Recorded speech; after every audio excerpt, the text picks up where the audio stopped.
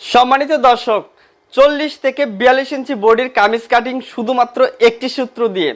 আজকের ভিডিওটা কিন্তু নতুনদের জন্য অনেক হেল্পফুল একটি ভিডিও। অবশ্যই সম্পূর্ণ ভিডিওটা দেখার চেষ্টা করবেন। তো দর্শক, ভিডিওটি শুরু করার আগে যারা এখনও চ্যানেলটি সাবস্ক্রাইব করেন নাই, নিচ থেকে লাল বাটনটি চাপ দিয়ে নিয়ে চ্যানেলটি সাবস্ক্রাইব করে নেবেন। আর হ্যাঁ, অবশ্যই আজকের এই ভিডিওটায় লাইক, কমেন্ট, শেয়ার করে দিবেন। তো দেখেন পুরাতন কামিজের মাপ কিভাবে নেবেন। ঘাড়ের এখান থেকে ধরে ফিতাটা নিচ পর্যন্ত নিয়ে কাপড়টা একটু টান দিয়ে ধরবেন। এখানে আমার লম্বাটা আসলো 42 ইঞ্চি। এখন আমাদের নিতে হবে বডির মাপ। তো এখানে লক্ষ্য করেন, এটা হচ্ছে আমাদের বডির মাপ। এখানে আমরা মাপটা ধরবো কিভাবে, কাপড়টা একটু টান দিয়ে ধরবো। এখানে হচ্ছে 20কে আমাদের ডাবল করতে হবে, তাহলে 40 ইঞ্চি বডি। আর এটা হচ্ছে আমাদের পেটের মাপ। এখানেও কাপড়টা টান দিয়ে ধরলে এখানে 17.5কে ডাবল করলে 35 ইঞ্চি পেটের মাপ। এখন এটা হচ্ছে কামিজের সাইড ফাড়া মাপ, এখানে এটাকে হিপের মাপ বলা হয়। এখানেও কাপড়টা টান দিয়ে ধরলাম, এখানে আসলো 20কে ডাবল করলে আমাদের হিপের মাপ 40 ইঞ্চি হলো। কামিজের সাইড ফাড়াটা কত ইঞ্চি নিচে আছে এখানে আপনারা মাপ দিয়ে নেবেন। আমার আছে 19 ইঞ্চি নিচে, ঠিক আছে। আপনারা আপনাদের পুরাতন কামিজের মাপ এইভাবে নিয়ে নেবেন। এখান থেকে হাতার লম্বাটি নেওয়ার সময় হাতারটা একটু টান দিবেন। এখানে হচ্ছে 17 ইঞ্চি হাতার লম্বা। হাতার মুখের মাপটা কিভাবে নিতে হয়, এভাবে নিয়ে দেখেন এখানে 5 দোকানা 10 ইঞ্চি হাতার মুখ। এই মাপে আজকে আমরা কামিজটা কাটিং করব। তো দেখেন এটা হচ্ছে একটা 3 পিসের কাপড়। এই কাপড়ে গলার ডিজাইন দেওয়া আছে। এখন মাঝখানের যে মিডিলের গলার মাঝখানে এইভাবে একটা ভাঁজ করে দিবেন। গলার ঠিক মাঝখান পর্যন্ত একটা যে গলার ডিজাইন দেওয়া আছে, সেই ডিজাইনের মাঝখানে আপনারা এইভাবে একটা ভাঁজ রাখবেন। এরপরে দেখেন এই গলাটা যাতে মিলে, এই পাটের সাথে এই পাটের গলাটা যাতে এক মাপের থাকে, ছোট বড় যাতে না হয়। এরপর খুব সুন্দর করে এইভাবে ডলা দিয়ে নিতে হবে। আপনারা অনেকে এরকম ডলা দেন না, আলসেমি করেন, তো এই জন্য আপনারা কাজ কিন্তু ভালোভাবে করতে পারতেছেন না। এটা হচ্ছে পিছনের পার্ট। পিছনের পার্টের নিচে ডিজাইন আছে, গলায় কোনো ডিজাইন নাই। তো এখানে লক্ষ্য করেন, আমি আপনাদের মার্জিনগুলো বোঝানোর জন্য পিছনের পার্টটা উপরে রাখলাম। আপনারা যখন কাটিং করবেন পিছনের পার্টটা নিচে রাখবেন, সামনের পার্টটা উপরে রাখবেন। এরপরে দেখেন এইখানে গলাটা অনুযায়ী একটা মার্জিন করে নেবেন। এবার দেখেন এইখান থেকে লম্বার মাপটা নিব। লম্বাটা হচ্ছে আমাদের 42 ইঞ্চি। তো যদি 3 পিসের কাপড় হয় সেই ক্ষেত্রে সব 3 পিসে কিন্তু লম্বা ছোট করা যায় না, আবার কি বড়ও করা যায় না। কিছু কিছু 3 পিস আছে সেগুলো লম্বাটা ছোট করা যায়, ঠিক আছে। আপনারা দেখে শুনে কাজগুলো করবেন। এখন আমাদের নিতে হবে কি, কামিজের সাইড ফাড়া মাপটা। কামিজের সাইড ফাড়াটা কত ইঞ্চি নিচে দিয়েছিলাম, 19 ইঞ্চি নিচে আমরা মাপটা নিয়েছিলাম। এখানে 19-এর চিহ্ন করব। এখানে একটা বরাবর মার্জিন করে দিব। এখান থেকে আর মহলের মাপটা দিব কত, 6 ইঞ্চি 2 পয়েন্ট। তো যাদের বডি 40, 41, 42 ইঞ্চি হবে তাদের আর মহলটা 6 ইঞ্চি 2 পয়েন্ট নিচে মার্জিন করবেন। এরপরে এই যে এটার এই দুই দাগের মাঝখানে কাপড়টা ফিতাটা এভাবে নিয়ে এখানে একটা মার্জিন করবেন। এটাকে বলা হয় পেটের মাপ, যেটা আমাদের 35 ইঞ্চি হবে। এই মাপটা এখানে বসবে। এখন আসেন পুটের মাপ, অর্থাৎ ঘাড়ের বা কাঁধের মাপটা। এখানে নিলাম 7 ইঞ্চি। তো যাদের 40 থেকে 42 ইঞ্চি বডি হবে তাদের জন্য 7 ইঞ্চি পুটের মাপ নেবেন। এখন নিতে হবে গলার পাশের মাপ। 40 থেকে 42 ইঞ্চি বডি হলে আপনারা গলার পাশে 2.5 ইঞ্চি নিয়ে এইভাবে মার্জিন করবেন। সামনের গলা পিছনের গলা আলাদা আলাদা হবে, এজন্য গলাটা আমি পরে কাটিং করে দেখাবো শেষের দিকে, এজন্য সম্পূর্ণটা দেখতে থাকেন। এবার আসেন বডির মাপ। তো 40 ইঞ্চি বডিকে 4 ভাগ করব। 4 ভাগ করলে 4-এর 1 অংশ 10 ইঞ্চি। 10 ইঞ্চি নেওয়ার পর 1.5 ইঞ্চি সেলার জন্য বেশি নেবেন। এটা হচ্ছে পেটের মাপ। 35-এর 4-এর 1 অংশ 2 পয়েন্ট কম 9 ইঞ্চি নেওয়ার পর 1 ইঞ্চি বেশি। এটা হচ্ছে হিপের মাপ। 40-এর 4-এর 1 অংশ 10 ইঞ্চি নেওয়ার পর 1 ইঞ্চি বেশি। এরপরে এইভাবে মার্জিনগুলো অবশ্যই টেনে নেবেন। আপনাদের মার্জিনগুলো যদি টানতে পারেন তাহলে কাটিংগুলো ভালো হবে। অনেকে আপনারা এই মার্জিন করেন না, কাটিং ভালো হয় না, ভয় করেন, সাহস নেই মনের ভিতর, তাহলে কিন্তু কাজ করতে পারবেন না আপনারা। এরপর আসেন কামিজের নিচের ঘেরটা কত ইঞ্চি আছে। তো পুরাতন কামিজটা আমরা যদি মেপে নেই, এটা পুরাতন কামিজের ঘের। এভাবে মাপ দিলে হচ্ছে আমাদের 23 ইঞ্চি। তাহলে 23কে 2 ভাগ করলে কত আসবে, 23কে 2 ভাগ করলে 11.5 ইঞ্চি আসবে। তো এখন আমরা কি করব দেখেন, এই যে আটকানো পাশ থেকে ধরে 11.5 ইঞ্চিতে একটা মার্জিন করব। এরপরে সেলাই দেওয়ার জন্য আরও 1 ইঞ্চি করে বেশি নিব।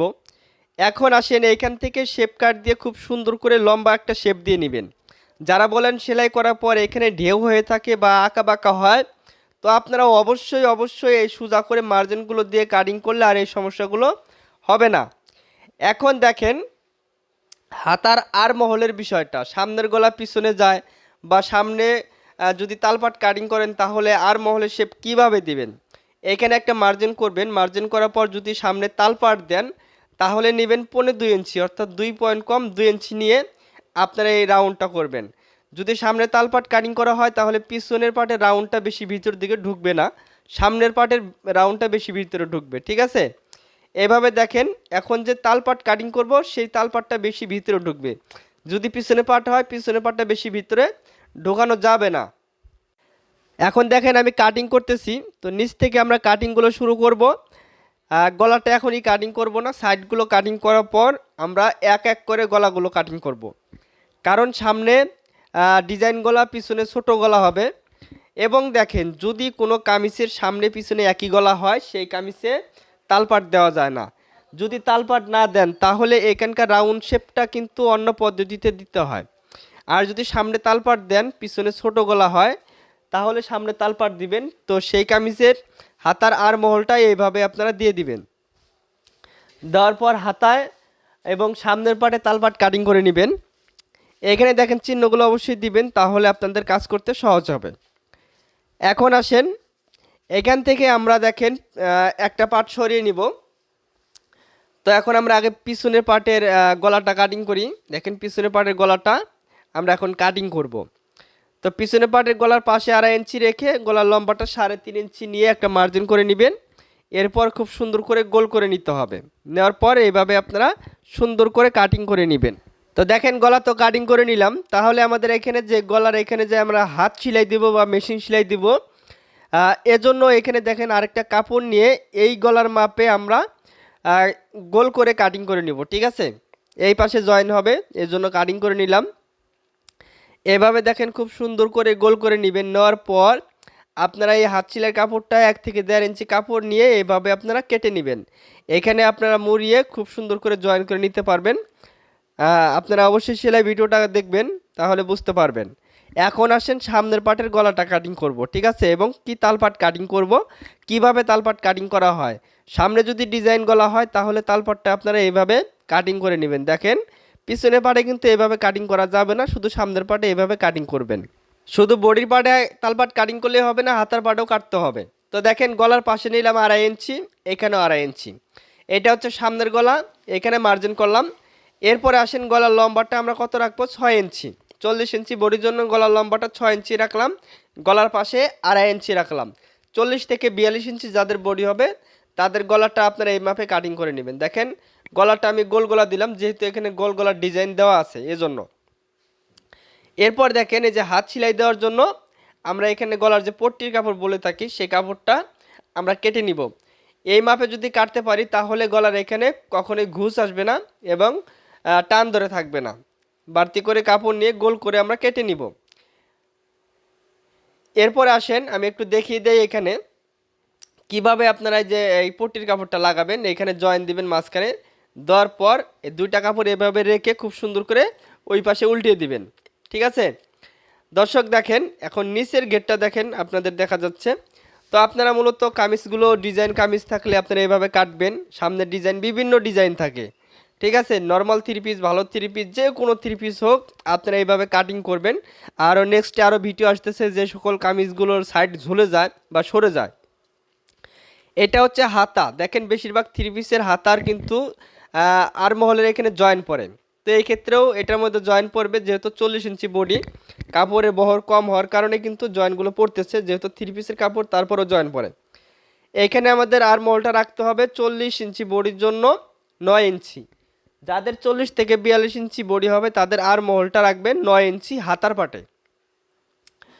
তো দেখেন এখানে 4 পার্ট করার পর এখানে একটা মার্জিন করলাম, আর এই হাতার দেখেন পিছন পাটে জয়েন পড়বে। জয়েনটা কিভাবে দিবেন দেখাবো। হাতার লম্বা 17 ইঞ্চি নেওয়ার পর এখানে একটা মার্জিন করবেন।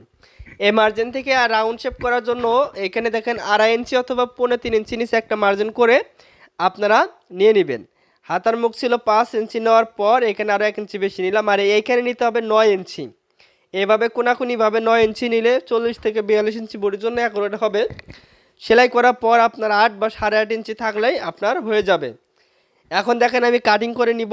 এরপরে নিচে যে জয়েন্টটা আছে সেই জয়েন্টটা আমি দিয়ে দিব। এখানে আপনারা জয়েন্টটা দিয়ে দিবেন। আমি এখন কাটিং করে নিতেছি, সম্পূর্ণ ভিডিওটা দেখবেন। দর্শক, যদি আপনি সাবস্ক্রাইব করে না থাকেন অবশ্যই নিচ থেকে চ্যানেলটি আবারও সাবস্ক্রাইব করে নেবেন, বারবার আমি বলতেছি, এবং ভিডিওতে লাইক কমেন্ট শেয়ার করে দিবেন।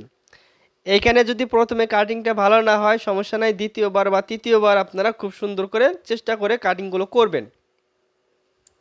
এখানে প্রয়োজনে বারবার কাটিং করবেন, যাতে করে যতক্ষণ পর্যন্ত ভালো না হয় ততক্ষণ পর্যন্ত আপনারা কেটে সুন্দর করে নেবেন। এখন আসেন এখান থেকে ধরে আমরা যদি মেপে দেখি, এখানে একটু বড় হচ্ছে তো কাটিং করে দিলাম, এখানে চিহ্ন। এখন দেখব আমাদের হাতায় পাড়ের সাথে আমাদের মিলে কিনা। দেখেন এইভাবে আমাদের মিল হয়ে গেছে। আমি যেভাবে কাটিং করি এভাবে কাটলে অবশ্যই মিল হতে হবে। এখানে আছে আমাদের সেলাই করার পর 8.5 বা 8 ইঞ্চি থাকলেই হয়ে যাবে। এখন দেখেন হাতার পাটে যে জয়েন্ট পড়ছে সেই জয়েন্টটা দিব। অবশ্যই এই জয়েন্টটা আপনারা সেলাই করার সময় পিছন পাটে দিয়ে দিবেন, এবং কি হাতার সামনের পাটে তালপাট কাটিং করবেন। যেহেতু বডির পাটে তালপাট কাটিং করা হয়েছে এজন্য হাতার পাটেও তালপাট কাটিং করতে হবে। তো দর্শক, ভিডিওটি ভালো লাগলে অবশ্যই লাইক কমেন্ট শেয়ার করে দেন।